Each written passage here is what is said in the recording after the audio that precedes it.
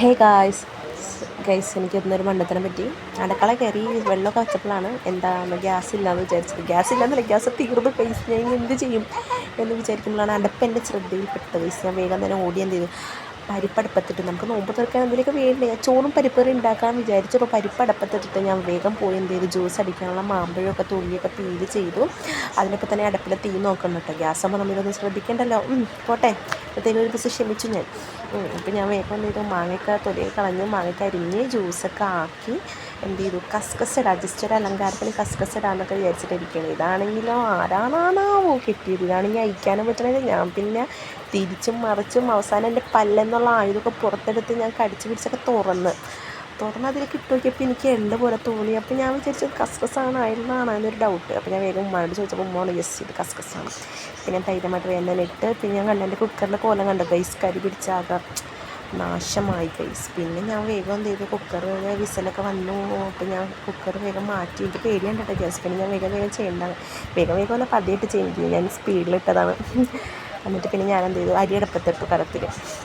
അങ്ങനെ അരി അടുപ്പത്തിട്ട് അരിയൊക്കെ ഞാൻ വേഗം കയറി മൂടി വെച്ച് തീയൊക്കെ സെറ്റായി. കാരണം കുറച്ച് തീയ കൂട്ടിയിട്ടു ഗൈസ്, വേഗണമല്ലോ. ഇപ്പോൾ ഞാൻ വേഗം എന്ത് ചെയ്തു ഇതാക്കിയിട്ടു. പിന്നെ ഞാൻ എന്ത് ചെയ്തു, ഉള്ളികളെ എടുത്തു. എന്തിനാ, പരിപ്പ് തളിക്കാൻ വേണ്ടി. കാരണം തീ കഴിയുന്നതിന് മുമ്പ് ഓരോന്ന് അടുപ്പിക്കണം, മനസ്സിലായോ. പിള്ളേർ എണീറ്റ സീനാവും. അപ്പോൾ ഞാൻ അങ്ങനെ വേഗം എന്ത് ചെയ്തു, അരിയൊക്കെ തിളച്ച് മാറ്റിയിട്ടിട്ട് എന്ത് ചെയ്തു, പരിപ്പിന് തിളയ്ക്കാനുള്ള ചട്ടിയൊക്കെ വെച്ചാലും ചോറ് വെച്ച് അഡ്ജസ്റ്റ് ചെയ്യണം. ഓക്കെ, ഞാൻ ഹസ്ബൻഡിനോടൊക്കെ പറഞ്ഞ് സെറ്റ് ചെയ്തിട്ടുണ്ട്. അപ്പം ചട്ടിയൊക്കെ വെച്ച് വെളിച്ചെണ്ണയിലൊക്കെ എന്ത് ചെയ്തു, ഉള്ളിമുളകൊക്കെ മൂപ്പിച്ച് അങ്ങനെ എന്ത് ചെയ്തു, അതൊക്കെ മൂത്ത് വന്നിട്ട് ഞാൻ എന്ത് ചെയ്തു, പരിപ്പ് അങ്ങോട്ട് കൊട്ടി. അപ്പോൾ പരിപ്പര അങ്ങോട്ട് സെറ്റാക്കി. അപ്പം ഉണ്ടടാ അതേടാ എൻ്റെ രണ്ടാമത്തെ മോനെ എണീറ്റ് വന്നടാ, അവനെ എണീറ്റ് കരച്ചിലായി. പിന്നെ ഞാൻ അവനെ കുറച്ചെടുത്ത് വിചാരിച്ചു അവനെ കൊണ്ടേക്ക് കിടത്തിയിട്ടൊന്നും അവന്. പിന്നെ ഞാൻ ഉമ്മാടെ കൈ കൊടുത്തിട്ട് ഞാൻ വേഗം എന്ത് ചെയ്തു, മീൻ പൊരിക്കാൻ ഇടയത്താഴത്തിനുള്ളതായിരുന്നു.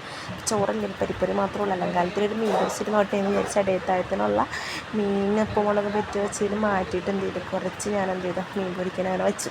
പോട്ടെ, അത് കഴിഞ്ഞിട്ട് ഞാൻ ജീരകക്കഞ്ഞി ഉണ്ടാക്കാമെന്ന് വിചാരിച്ചത് മാത്രമേ ഉള്ളൂ. അപ്പോൾ നമുക്ക് എന്തിനാണെന്ന് വിചാരിച്ച് ഞാൻ വേഗം എന്ത് ചെയ്തു, പച്ചരി അടുപ്പത്തിട്ടിട്ട് ഞാൻ ജീരകക്കഞ്ഞിയൊക്കെ ഉണ്ടാക്കി.